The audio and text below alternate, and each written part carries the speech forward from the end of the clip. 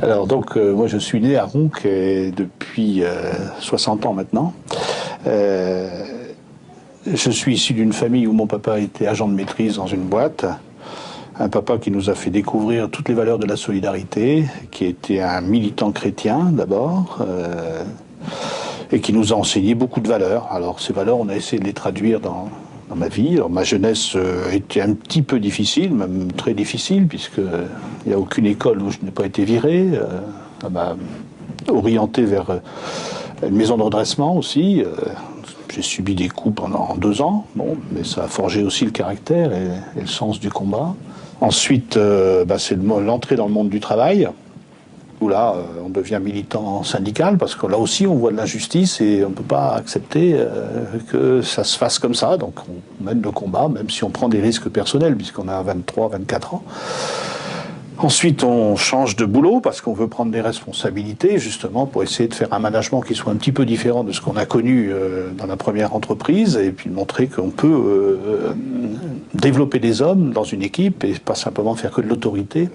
À Roubaix en mai 68, où là aussi on a mené le combat parce qu'on avait des choses à dire et on ne pouvait pas être dans une société où on nous disait il ne peut pas y avoir de l'économique et du social en même temps, et puis nous on disait mais si, on ne peut pas avoir un développement économique de notre pays sans qu'il y ait une vision sociale et qu'on accompagne toutes les populations qui sont en difficulté. Jusqu'à la rencontre avec André Gabet en 90, donc au démarrage de Tricelec Dunkerque, où là, effectivement, on a pu à la fois mettre en accord ce qu'on disait en 68, c'est-à-dire est-ce qu'on peut faire de l'économique et du social, et on a démontré avec Tricelec, entre autres, que les deux étaient possibles, quoi. Donc la ville, j'ai côtoyé beaucoup de gens, puisqu'on était dans 2 mondes. C'était une ville de 3000 habitants à l'époque. Un clan de droite, un clan de gauche, communiste, et une famille, la nôtre, qui était un peu à cheval sur les deux, parce qu'on avait une tolérance, et puis qu'on ne voyait pas pourquoi les gens de gauche seraient moins bien que les gens de droite, et inversement. Et qu'il y avait la ville, c'est vraiment une richesse, les deux. Bon. Moi, dans ma jeunesse, cette ville, on s'y sentait bien.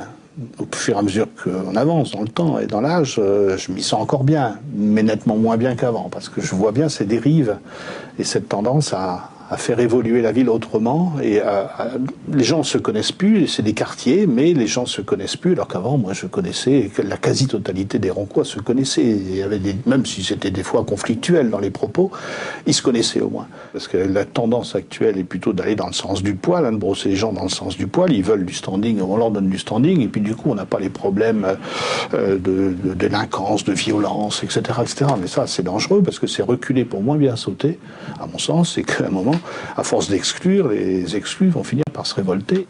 Donc il faut qu'on pense autrement la ville et pas simplement qu'un développement uniquement de l'habitat. Il faut aussi penser équilibre avec l'économique.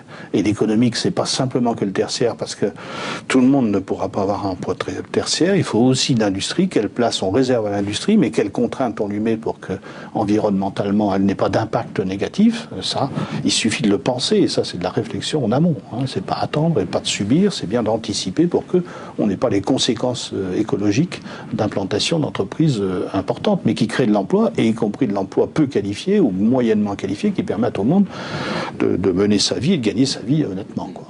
Pour éviter ces dérives-là, il faudrait plus de courage politique pour les gens qui sont élus. Alors je sais bien que c'est pas facile, parce qu'il y a toujours les élections derrière, et donc on a toujours peur de ne pas être réélu éventuellement. Mais le vrai courage et la vraie citoyenneté, c'est de penser global et c'est de penser avenir. C'est pas penser simplement à son avenir personnel. C'est l'intérêt collectif et l'avenir collectif des villes qui doit être pensé. Alors un centre d'interprétation de la ville au niveau régional, je pense que c'est une bonne idée si c'est un outil de vulgarisation de ces réflexions, mais aussi qui va montrer les bonnes pratiques, parce qu'il y a quand même, on ne va pas jeter la pierre chez les politiques, il y en a aussi qui ont du courage politique, et ça, je pense et qui vont au-delà de leurs habitants. Des fois, on va un petit peu à contre-courant, et c'est des fois parce qu'on va à contre-courant qu'on fait évoluer les choses. Encore que ça, il faut puisse être révélé et vulgarisé au plus grand nombre. Sur l'accessibilité de ces outils-là, on sait aussi qu'on a toute une population qui a de la difficulté avec l'écrit, avec la lecture et avec le haut de gamme, on va dire. Par contre, sur le multimédia, énormément de gens maintenant maîtrisent, et puis c'est vraiment un bon outil de vulgarisation. Il faut aussi savoir, dans cet outil-là, faire des rappels à la loi, puisqu'on voit aussi qu'il y a certaines communes qui n'appliquent pas le droit, hein, donc c'est quand même un peu fort de café qu'on impose le droit à tous les citoyens, et puis que certaines municipalités et certains élus ne l'appliquent pas et ne sont pas sanctionnés pour autant. Donc il faut, plutôt que de faire de la répression, faire de la pédagogie, mais aussi responsabiliser, hein, et conscientiser chacun. Sur la coursive, là. Ouais, sur la coursive. Ok. Alors on y va. Donc voilà.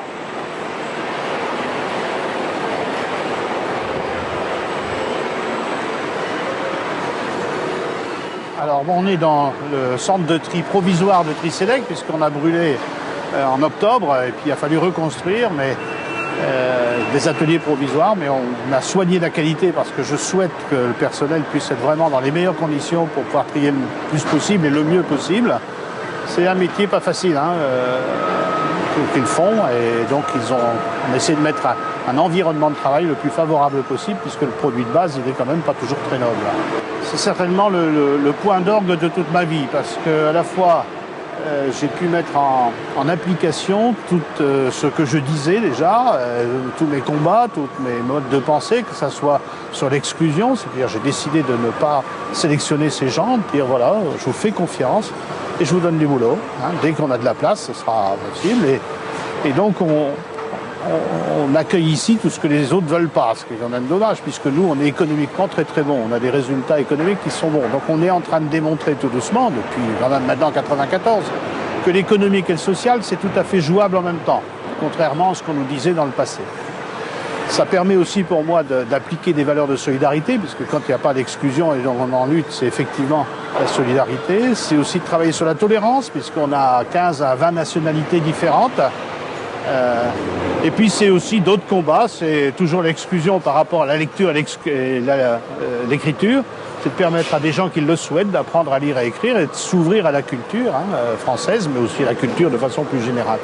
Voilà, donc ça c'est vraiment je dirais, j'arrive à 60 ans, donc je vais bientôt partir en retraite, mais c'est vraiment le point d'orgue de tout ce que j'ai fait dans ma vie, quoi. Quel est le rapport avec la ville? Est-il indirect? Direct? Alors, il est direct parce que tous ces gens qui sont ici maintenant, qu'ils ont un salaire, peuvent avoir un logement.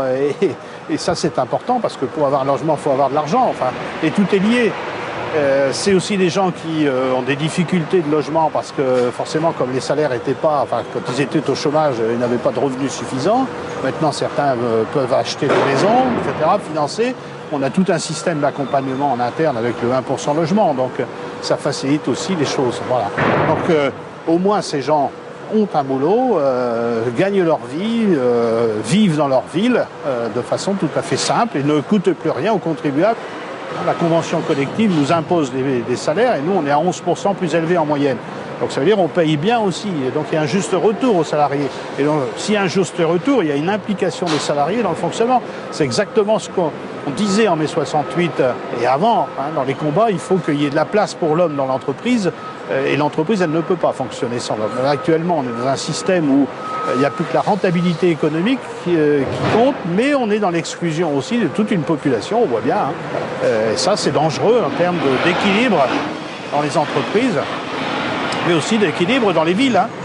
Je pense que c'est important aussi qu'on ait encore des usines, parce que tous ces gens qui sont là, on en a 20% qui ne savent pas lire et pas écrire, ça veut dire que ces gens-là ne pourront jamais travailler dans des bureaux ou dans le tertiaire. Enfin, il faut aussi des industries où ils puissent complètement apporter leur force de travail et leur implication à des entreprises qui en ont besoin. Le problème, c'est que dans la ville maintenant, quand on parle industrie, on dit tout de suite c'est pollution, et donc du coup on rejette l'industrie et on ne fait que du tertiaire. Ça, c'est dangereux parce que du coup, il y a toute une population qui ne peut plus vivre parce qu'elle n'a plus les moyens de trouver du boulot. Alors cette usine est en périphérie de la ville. Est-ce que c'est idéal? On n'imagine pas un centre de tri dans un centre-ville, mais on est quand même tout près ici du centre-ville d'Halluin. Effectivement, on est à 3 km au gros maximum du centre de ville d'Halluin. On est à 1,5 km de celui de Ronques, donc on est vraiment pas très loin, mais suffisamment en extérieur. C'est ça aussi d'avoir une zone qui soit à la fois un peu rurale et un peu urbaine, et avoir encore des espaces qui permettent, et des zones qui permettent d'accueillir des entreprises comme la nôtre. C'est vrai qu'au départ, quand on a dit on va implanter un centre de tri, il y a eu un petit peu de levée de bouclier à Luin, mais c'est aussi pour ça qu'on s'est impliqué dans cette ville en accueillant au départ tous les gens qui étaient accompagnés par le service social de la ville, en disant nous on peut offrir une perspective à ces gens en leur donnant du boulot, c'est clair.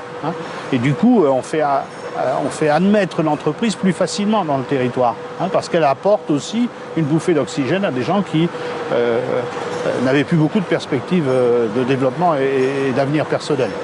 On est là pour vivre ensemble. La ville, elle doit offrir ce vivre ensemble. Alors, ensemble, c'est tous, c'est pas la grande majorité, c'est pas l'élite, c'est pas ceux qui ont les moyens financiers, c'est y compris ceux qui sont dans la situation d'exclusion, de chômage, de difficultés de santé, etc. Il faut que la ville, elle pense à tout, pas simplement à une partie.